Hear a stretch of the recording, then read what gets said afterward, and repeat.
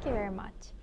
Now we move on to Nepal. Balendra Shah, the rapper turned politician, has unseated former Prime Minister KP Sharma Oli in Nepal's elections, winning a landslide victory in his own Japa 5 constituency. The 35-year-old leader of the Rastriya Swatantra Party, known as RSP, has secured more than 68,000 votes against the four-time Prime Minister's roughly 18,000, according to the Election Commission. Early results show the RSP sweeping the polls and heading towards forming the next government, marking a major shift away from traditional parties. Sharma Oli conceded defeat and congratulated Balin, while supporters celebrated the upset as a sign of demand for change. Analysts say the result reflects widespread desire among young voters for new leadership and reforms in Nepal's political landscape. Now we welcome Mr. Sogat Gautam. He's a political analyst, joins us live from Nepal. Thank you very much, Mr. Gautam. Welcome to NewsX World. Thank you so much. Thank you. Now, Japa 5 has been KP Sharma Oli's fortress for decades, for Balin to not just win, but to win by a margin of nearly 50,000 votes. What does this say about the collapse of the traditional vote bank system in Nepal? I think you rightly said. I mean, Japa 5 is definitely considered as the stronghold of former Prime Minister Mr. KP Sharma Oli, and then he has been winning all the elections which he has contested, except for one which was in 2008 Constituent Assembly election, and then it has been his stronghold area. And for someone like Balendra Shah, who I mean, we cannot only say it's a general win, but a landslide victory, as a newcomer politician to Nepal. So I think it definitely shows that the changing trend of politics in Nepal, where we can clearly say that the traditional vote bank system, where we call that this is the stronghold of this party, another party is stronghold of other party. So the party loyalty thing, vote bank system, and then historical affiliations, and then the organizational network, which KP Sharma Oli's party is considered very strong at, it's definitely weakening. So I think a lot of landscapes are changing, and then especially the young voters, and then a lot of people being on social media. The political narrative definitely has shifted from the way it used to be to a current scenario. So I think there are so many aspects associated to it, and definitely after the Gen Z protest, which was considered as the Gen Z protest, which took place in September 8 and 9, this particular constituency is taken as, or let's say considered as, the constituency where the whole nation was eyeing on, or let's say it was considered as one of the kind of referendum, safe to say that, where Balendra Shah, considered as the hero emerging from the protest, and then the new face of the politics, while KP Oli representing the establishment front. So I think the whole Japa 5 election was about the establishment versus the new one, and I think that's how the whole narrative shifted and changed, which helped Balendra Shah to get a big win from that particular constituency. Thank you very much, Mr. Gautam, for highlighting that. And building on that, the top three leaders had established, albeit volatile, relationships with New Delhi and Beijing.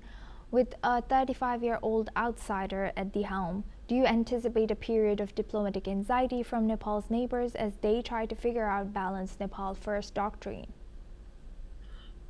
I think definitely. I think Nepal's traditional leadership. You rightly mentioned about the three former leaders who actually, took a leadership and became Prime Minister of Nepal, and it was only three of them who was in charge of the prime ministerial seat for almost 20 years, and then they definitely had a very, they have developed this long-standing diplomatic channels, and then they had considered good relationship with both the neighbors. And then, as you mentioned about the new, unconventional figure, or let's say the one with this different political aura, Mr. Balendra Shah, emerging as the as the leader now. I mean, 35-year-old man who is going to be a prime minister of Nepal. So, I mean, I would rather say, rather than anxiety, I think it would definitely be a phase of diplomatic recalibration, I would say, rather than anxiety. And also, I think the Nepal first thing which you mentioned, I mean, we haven't explicitly heard, Mr. Balendra Shah explaining about, Nepal first thing as his, thing. But I think it will definitely be, I hope that both the big neighbors and then, the trusted neighbors of our country will try to understand his style, I mean, governing style, how his policy priorities are going to be. And then also, I think, as we know that the party, because it's not going to be a coalition one, because they have, it has been indicated that they are going to get outright majority in the government. So we were definitely looking forward, how Balendra Shah will shape his governing style, and then how his policy priorities would be. But yeah, I think, I mean, as we, take this change, or let's say take this new path ahead, we were definitely looking forward to see more transparent and then interest-based foreign policy for Nepal, because that's one area where Nepal has always been, kind of criticized, or let's say where we were able, a lot of conspiracy theories, or let's say were used to be floated. So I think we're looking forward to that. So I think it's definitely going to be very new for Nepal, as well as for the, neighbors, but quite hopeful.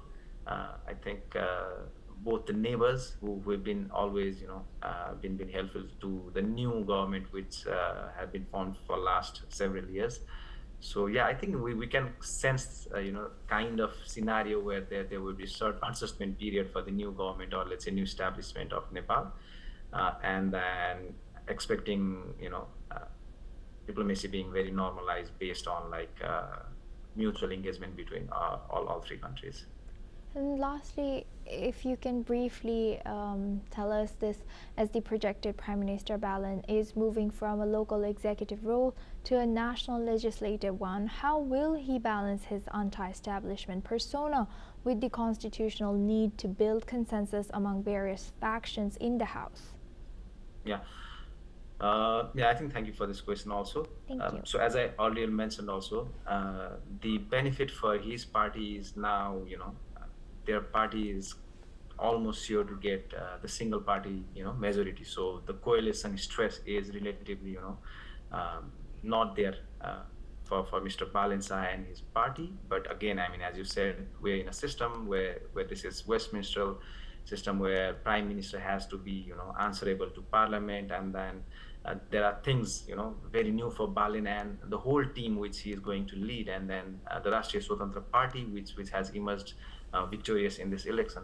So moving from, the persona of mayor, I mean, where he was elected independently and then was able to maintain that anti-establishment sentiment, to a government, where fundamentally he's going to be an executive head of the whole country. So I think that's definitely going to be a challenge for Mr. Balendra Shah. I think as a mayor, he could, heavily rely on very executive style of decision making, and then, strong narrative could be on his side, because it was like that. But I think at national level, within the framework where we have this, a lower house, and then there's also upper house where his party does not have the majority. I think the benefit, coalition building, negotiation, and consensus, he's less likely to going to, I mean, he does not have big stress on that.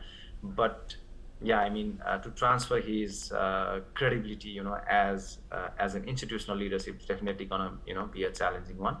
So yeah, I think my final words would be like, it's all about how he's going to engage with the established parties, with who were old, and then, who had some continuity aspect of it. I mean, though they are very less in numbers in Parliament, I think he have to work with the parliamentary committees, and then maybe have to build alliances that will, that is not going to work based on his personality. So I think a lot of team building and then teamwork that has to be, taken place for Balin in near future. But yeah, I mean, if he manages to transition this, persona to institutional leadership, then he could actually redefine, the leadership in Nepal by like combining this accountability and institutional cooperation, which we've been lacking, or let's say, which we've been complaining for ages. So yeah, I mean, we can take that as opportunity, to what do you say, not the tension between his anti-system image and then realities of the parliamentary politics. So yeah, we were hoping for, like, I mean, at least being hopeful that it will transition well. Yes, we will be eyeing that. Great learning from you. Thank you for that timely insight, Mr. Sogat Gautam. That's all we have time for. Keep watching NewsX World for more news updates from around the world.